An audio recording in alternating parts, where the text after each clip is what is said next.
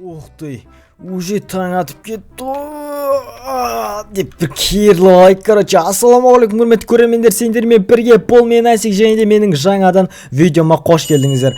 Достар, арнаға тіркеліп лайк басып комментарий жазып жатқандарыңыз үшін сіздерге үлкен рахмет. Так, бүгінгі бөлімде біз не істейміз, уже тірлігімізге көшейік. Бүгінгі бөлімде біз деген нелерімізді алып, пшеницаларымызды алып тағы да жинайтын боламыз. И короче, қалғандарын отчет қылып өткізе салу керек еді негізі. Мына үйді бит, мына жерлерді бит орып жібереміз. Уже мен деген даже білмеймін, тағы мынау компьютер деген бәле болды бар ғой. Уже өшіру керек па, ойындарды бар ғой. Шеденде. Мынау немене бәле? Мынау мен көзім тоқ. Мен ұйқысырап жатыр ма? Давай, тұр. Так. Саған. Мына мен түсінбедім. Чота, мынау жетелдің үйіне не болған? Жетелдің өзі тұр ғой, үйіне не болған наның? Ё-мойо, бір бәле болған ба үйіне наның? Или екі жағынан келіп андай преске қысады ғой, солайынан қысқан ба үйіне ағған? Ё-мойо, жетел, не болған үйіне? Асик, негізі дым күлкілі емес, сен айтып тұрған әңгімеңше, мынау алдында білесің ба, аренда төлейміз ғой үйге бәріміз. Барлығымыз үйіміз үшін аренда төлейміз. Достар, білмесеңіздер, біз деген полный үйлер үшін анау үй, мынау үй барлығы акимге, яғни барлығымыз аренда төлеп отырамыз тұрғаны үшін. Сондықтан мен де осылай жұмыс істеп жүрмін. Чотам, айта бер, не болды? Сол аренда төлейміз ғой, білесің ғой, сол өзіңде сол аренда төлегенде менің үйім деген дәу еді ғой. Сенің үйің прям қатты дәу еді ғой, есімде. Сол үй короче дәу болған сайын аренданың ақшасы да қымбат қой, білесің ғой. Білем. Сол короче аренданы көп төлемес үшін алдындағаны үйде полный өзім киркімді алдым да ашуландым да, осындай ақша төлеп отыру үшін. Үші жағдайда келіспей қалды, сөйтіп алдындағаны полный ақшаны алдым да, осы көп төлемес үшін үйді короче кішірейтіп тастадым. Ё-мойо, сен қатырасың ғой, ема. Мынандай үлкен үйіңді қалай кішірейтіп тастадың, сонда қалай? Арендасы сонда қанша не ағып сен? Даже өзімнің айлығым жетпей қалды ғой арендаға, даже айлығым өзіме қалмай қалды ғой. Сөйтіп кішкене бір тамақ жейін, анау мынау бәу күнде деген тамақты дұрыс жемей ішетін тамағым болмады, даже осы үйге төлеймін. Бірақ деген мынау кайфовый ғой, кішкентай рахат мынандай үйде тұрсаң, ё-мойо, кайф қой. Бірақ не мазағың бар ма, Асиге қоймашы, хотя бы мына заттарымды ішке тасуға көмектесші. Ішке тасуға мына заттарыңды, ё-мойо, заттарың ішке сияма өзі. Күлегіме көмектесші, Асиге. Онда короче беден үйіңе кіріп көрейші, мақұл ма, үйің қандай екен өзі? Смело кіріп көре бер, бірақ заттарым тасуға тез көмектесші, үйге кірейін, жұртты көрмей тұрған кезде. Күте тұр қазір, кіріп көріп шыған үйдің ішін. Ё-мойо, мынаның іші деген кайф. Мына яқа бірақ ше, так, печкің, сундугың точно мына яқа симайт сияқты бар ғой, жетелі. Ода шаруаң болмасын да, Асиге өзім бір бәле болып жатам ғой. Ё-мойо, ойлаш, мына яқта былайынан тікеңнен тұрайсың да бүйтіп, андай короче, жұмыстан шаршап бүйтіп келесің, тіке келіп былайынан құлайсың короче, и бүйтіп ұйықтасаң тіке короче тұрып жұмысқа кетіп қаласың. Кайф қой. Асиге күле бермесе қойса болды ғой. Все нормально бәрі. Так, короче, мына үйге заттарын қалай сыйдырамыз? Так, қалай сыйдырсақ болады? Мен мұнайға бірақ қалай сыйдыратын білмей тұрым бар ғой, маған қатты күлкілі болып тұр. Даже мына же камераны бүйтіп ұстасам өзім бетіме қарап кетіп жатыр ғой. Мақұл, жетел қазір ренжіп қалмай тұрған кезде кішкене көмектесін. Жетел, қаяққа саламын, қаяққа кіргіземіз заттарды, қаяққа тығамыз? Білмеймін, үйге короче таси берсей, сыйғанша сыйғыза берші, любой жаққа тыға берші. Главный төсекке жататын жері болса болды. Жетел, білесің ба не істеуге болады? Сенің үйің кішкентай болғанмен сенің үйің биік қой. И мына жерден сенің үйіңнен короче бір бәлелер мынаны бұзып кішкене заттарды реттеп қойсақ әдемі болады сияқты. Сен олай істей аласың ба, не солай? Істеп беруге тырысам пайда, бірақ маған заттар керек бар ғой, кішкене бір істейтін кирка, топор, анау мынау, бәрін переделка қылып істейтін. Бар ғой ана сундуктың ішінде, бар ғой, ала берсе, істеп берсең дұрыс болатын еді, соны бар ғой ше. Ато мына үйде қалай тұрам деп ойланып отырмын. Солға мына үйде қалай тұрасың, даже ауа жұтамайсың ондай үйде. Онда битейін короче. Мен короче жұмыстарын бәрін тастай тұрайын қазір. И короче алып сенің полный үйіңді істеп берейін. И короче, все короче үйіңді істеп берейін онда. Жақсы болатын еді, Асиге. Мынау не алса, осыны істеп берсең алып düşіп, рахметімді айтам ғой. Все, дым да керек емес. Так маған заттар болса бір кирка анау нелерің бар ма, андай кирка, топор барлығы бар ма? Я бар ғой, бағана сындырдым ғой, үйде полын соған зат керек болды, мына сундуктың ішінде бүкіл зат тұр, соны смело ала берсең болады. Все смело заттар дала берейін, мәссаған. Бізге кирка мен топор ғана керек. Тағы не керек? Тағы полублок керек. Осыны алып алайын, қазір жұмысқа кірісетін боламын. Так, білесің бе житель, сенің үйіңді қалай істеуге болады? Қалай істеуге болады? Ё-моё, мынау уже кеп қойған ба?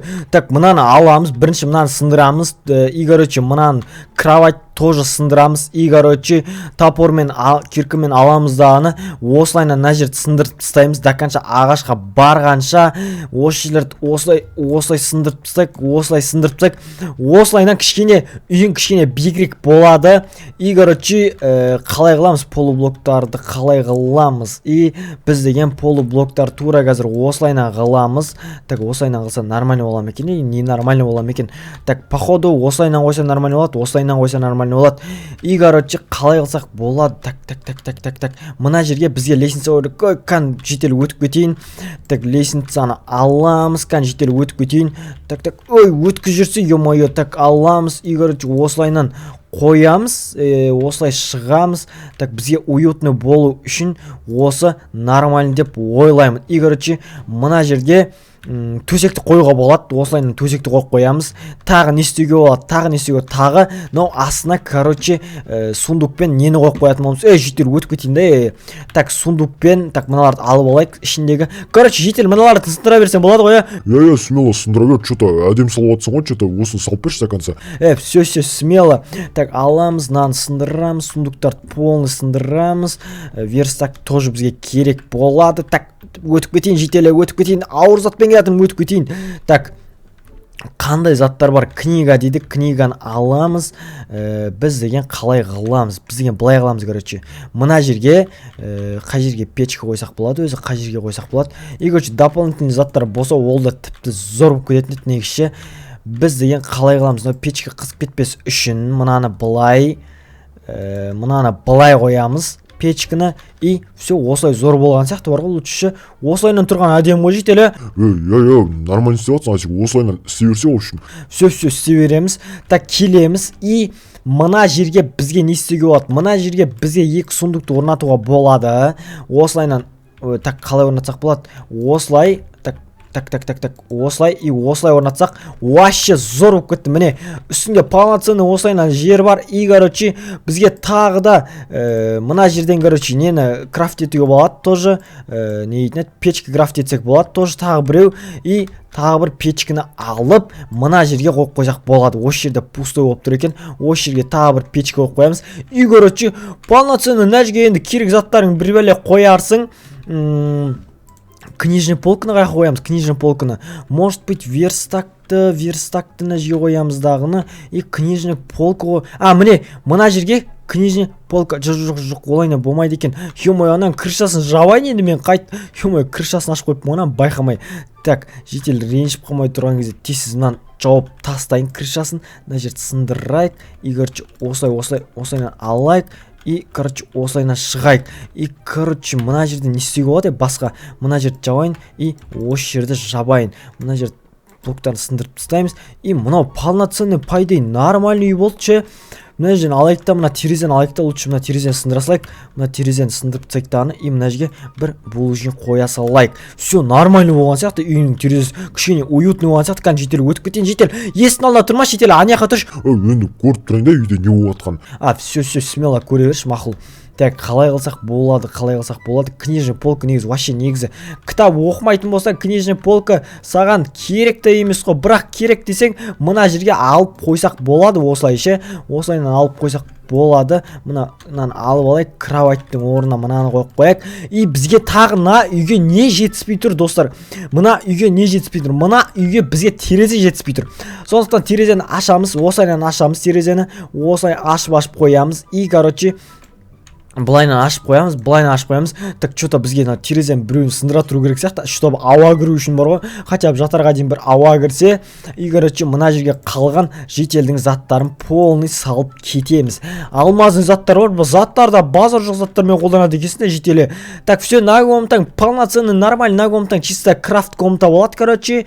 И короче екінші этажға шықсаң, екінші этажда сенде спальня болады. Саған комнатаң өткен мына екінші этажға шықса жетел кел, екінші этажға шық, екінші этажды көр, короче, не болып жатыр, не бітіп жатыр екенін көрсек жетел. Осик. Что там жетел, не болып қалды? Осик, мына жақтың терезесін істеудің кетіпсің ғой сен. Мына жақтың терезесі ма? Мына жақтың терезесі, короче, тұра берсін, ё-моё, кішкене ағыр тұрайшы. Мына жақтың терезесі ашық тұра берсін, чтобы ауа кіру үшін абайлай, қарайым деп құлап кетпе, терезені көрем деп құлап кетіп жүрме, мақұл ма? Үй қалай жалпы, полноценный, удобно болған я үйдің іші? Нормальный болған үйдің іші. Не ғой, сундугың таппай жатыр ем, сундугың аяқтайды. Топас сундугың, міне үстіңде тұр ғой, тура үстіңде. Сундугыңды ала берсең болады, мен тура үстіңде тұр. Ойбай, байқамай қаппын ғой. Рахмет саған, Айсик, үлкен. Мынау не ғой, қалай рахмет айтайын енді саған? Дым керек емес жетел, өзің мынандай кішкентай үйге көшіп жатсың. Бұндай үйде рахмет айтып мүлде керек емес бар ғой ше. Жақсы, зор, короче, осы үйің зор болды. Маған да негізі осындай стройка, осындай уютный үйлерді салған ұнайды бар ғой. Все, онда үйге қонаққа келесі че? Все, смело жетел. Саған ұнаса болды ғой үйің, бірақ үйің деген кәдімгі действительно негізі кішкене экономдамай ақшаны беріп кішкене негізі кішкене 2-3 блок дөйтпесең жетел ше. Қойшы Айсикке күле бермеші болды. Все, онда жетел. Үйің ұнады ойдам, мен кеттім далаға шығып барып жұмыс істейін лучше. Все, онда Айсик, үлкен рахмет саған. Если че, хабарласасың ғой, көмегім керек болса айтасың ғой. Все, жетеле, давай. Онда мен жатып кішкене ұйықтап алайын, шаршап кетіп ем, ё-моё, үйді бұзам деп бәрін. Все, ұйықтайсың ба, тұрасың ба, өзің білесің, короче. Ё-моё, жетелің үйін зорға істеп берді, жетел еще маған терезеден қарап тұр ғой, ұйықтайын деп. Жетеле, ұйықтаса, барып ұйықтай берсін. Так, мен деген жалмысымды мына жерден жалғастыра берейін. Бірақ деген жетел натуреше былай қарап тұрсаңдар, негізі үйге деген ақшаны бізге мынау үйдің өзіне көп ақша төлейін бар ғой. Сондықтан жетелдің істеген негізі бір жағынан дұрыс болған сияқты бар ғой ше. Үйін кішірейтіп тастап, арендасын зато аз қылып төлейді. Нормально сияқты бар ғой, бірақ өздері біледі ғой енді. Так, мына бәрін егеміз. Ал достар, мен осымен сіздермен қоштасайын. Сіздермен болған бұл мен Асик, мен ары қарата тірлігімді істейін. Сіздермен болған бұл мен Асик, және де арнаға тіркеліп лайк басып кетуді, комментарий жазуды обязательно ұмытпаймыз. Сондықтан мен бүкіл комментарийді оқимын. Сондықтан комментарий жазып кет. Всем пока-пока, чао.